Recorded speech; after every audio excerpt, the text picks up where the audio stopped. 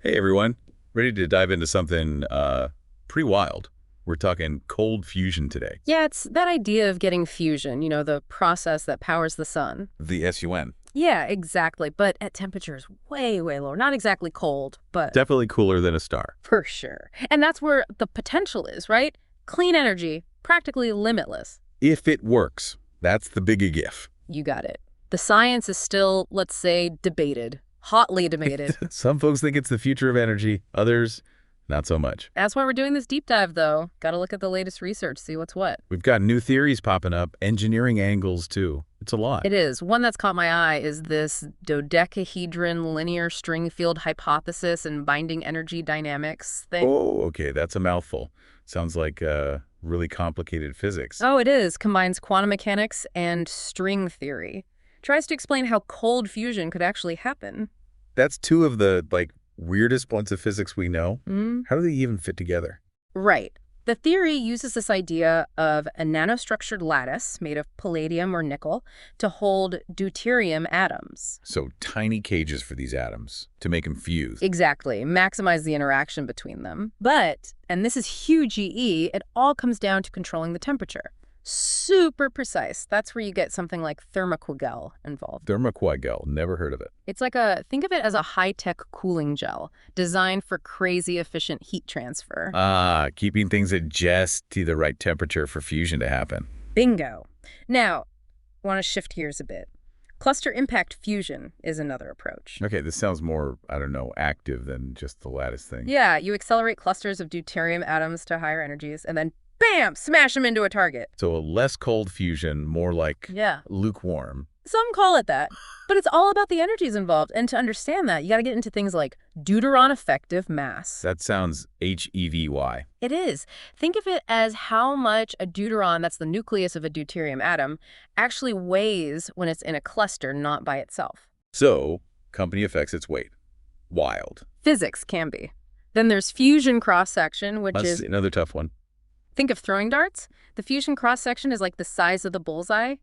Bigger cross-section. Higher chance of hitting the target, meaning fusion. Makes sense. So we've got complex theories, but what about the actual doing of it? The engineering side? Ah, that's where things get practical. Taking what we know about materials and making cold fusion real. A lot of work is being done with the palladium-deuterium system. Palladium. I've heard that name before. Connected to cold fusion. It's good at absorbing hydrogen isotopes, like deuterium. And engineers are looking closely at palladium's structure, especially any tiny cracks that form in its lattice. Cracks, don't those weaken things? Could be. But Chi-Chi, some think those cracks might actually help release energy during fusion. It's tied to something called hydrogen embrittlement. That doesn't sound good. It's where hydrogen gets into the metal, makes it brittle, and yeah, can cause cracks. The twist is, some think this is part of why we see heat in cold fusion experiments. So the cracks are the key. Not a flaw, but a feature. Potentially. It's cool, right? Different groups are looking at cold fusion so differently. Some in theory, some in the materials themselves. But it's all aiming for that same goal. Yeah. Cold fusion. Though, gotta be honest, the elephant in the room is that getting consistent results is hard. Why? Oh, that's the million-dollar question. Part of it is that darn temperature control. Gotta be so precise. A tiny change can mess everything up. Like baking a cake. Oven's off, cake's ruined. Exactly. And on top of that, we don't fully understand what's happening at the atomic level during cold fusion. More theory needed. So to control it, we gotta understand it way better. No shortcuts. You got it. Until then, cold fusion is going to stay this, fascinating mystery. We get glimpses, but the whole picture, still out of reach. Thinking about cold fusion, it's got this kind of crazy history, right? Right. Like back in the late 80s, it was huge news. Everyone thought, boom, energy crisis solved. Yeah, there's this huge EE wave of excitement, like, we're going to crack the code, fusion on a tabletop, seemed impossible before that. Must felt like, I don't know, the future had arrived. Oh, totally. Captured everyone's imagination. But then, those results, they didn't hold up, couldn't be repeated reliably. And the skeptics came out. Right. Turned into this whole, is cold fusion even real debate. Gig time, funding dried up, research slowed down. It went from hero to zero pretty fast. But, and this is key, some scientists kept at it. They believed there was something there. even if the early stuff was messy. Yeah, they kept refining their experiments, coming up with new theories. It wasn't easy, that's for sure. Like a scientific underdog story. They just wouldn't give up. Persistence, and it might be paying off, you know? All these new frameworks we're talking about, they're bringing new ideas to the table. Fresh perspectives. It's pulling in stuff from all over, right? Right. Quantum mechanics, string theory, even material science. It's super interdisciplinary, which is exciting. Makes you think, what if they crack it? What does a world running on cold fusion even look like? Yeah, let's say it works. What are the real-world implications? How would it change things? Well, for one, imagine decentralized energy. Little power units for your house, a whole community even. No more giant power plants. No more blackouts from down lines. That's huge EE. Exactly. And because cold fusion should be, in theory, emission-free, it's a powerful tool against climate change. Like a best-case scenario for the planet. But okay, let's be real. There's still tons of skepticism out there. What would it take to convince everyone this is legit? Reproducibility. That's the holy grail of science. If different labs anywhere can do the same experiment and get the same result, that's strong evidence. So it's not just about getting it to work once, it's about proving anyone can get it to work the same way, every time. Exactly. And that's where the engineers come in, right? Building those reliable experimental setups so we can get those repeatable results. It's like theory gives you the recipe, but engineers build the kitchen where you can actually cook it up. Love that analogy. It's a team effort for sure. But stepping back, it's kind of wild how far we've come with energy, right? From splitting atoms to maybe cold fusion. A whole new chapter. Though, it's possible it doesn't pan out, even with all this research. What then? Even if cold fusion flops, the research itself might lead to other breakthroughs. Sometimes you got to go down a path to find what's really valuable. The journey itself matters, not just the destination, right? Like penicillin was a total accident. Exactly. Sometimes the best discoveries happen when you're looking for something else entirely. Science is full of surprises. So even if cold fusion is a dead end, who knows what we'll find along the way? It's a good reminder to keep an open mind.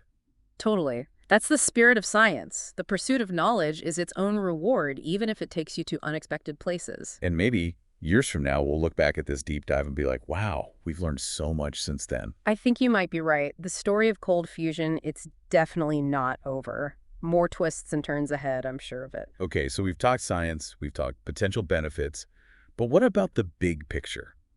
How could cold fusion affect society as a whole? Ooh, yeah, that's the big question.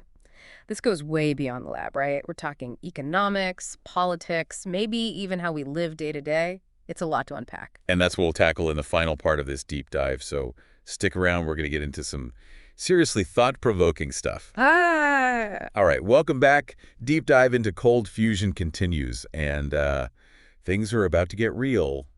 We've talked the science, the good stuff that could come from it. Now we got to face the music. What if cold fusion actually happens? What does that do to the world, to us? It's not just equations anymore. This is like people, economies, the whole planet. Exactly. Big picture stuff, and there are two sides to this coin, right? The potential upsides and, yeah, the potential downsides. That's where it's interesting. Okay, let's start positive. The big one that everyone's thinking is ditching fossil fuels. Right. Imagine no more oil, no more coal, a world running on clean energy fusion power. That's got to be good for climate change, right? Potentially huge. Slash those greenhouse gas emissions way down. Could be a game changer for the environment. A glimmer of hope, yeah.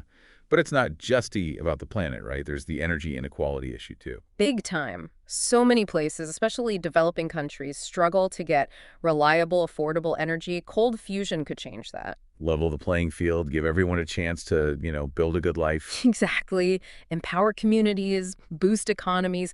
It's a powerful idea. But, gotta be real. Any tech this powerful, there's the risk of misuse. The dark side. What could go wrong? Well, think about it. Cold fusion could be weaponized. We need safeguards, international agreements, the whole 9 yards. Like a whole new level of nuclear talks. Pretty much. And then there's the economic side. A cold fusion world, it shakes things up big time. Some industries would boom, others not so much. The fossil fuel folks probably wouldn't be too happy. Understatement. We got to think about those workers, those communities, how to make this transition fair, Minimize the disruption. It's not as simple as, hey, new tech, problem solved.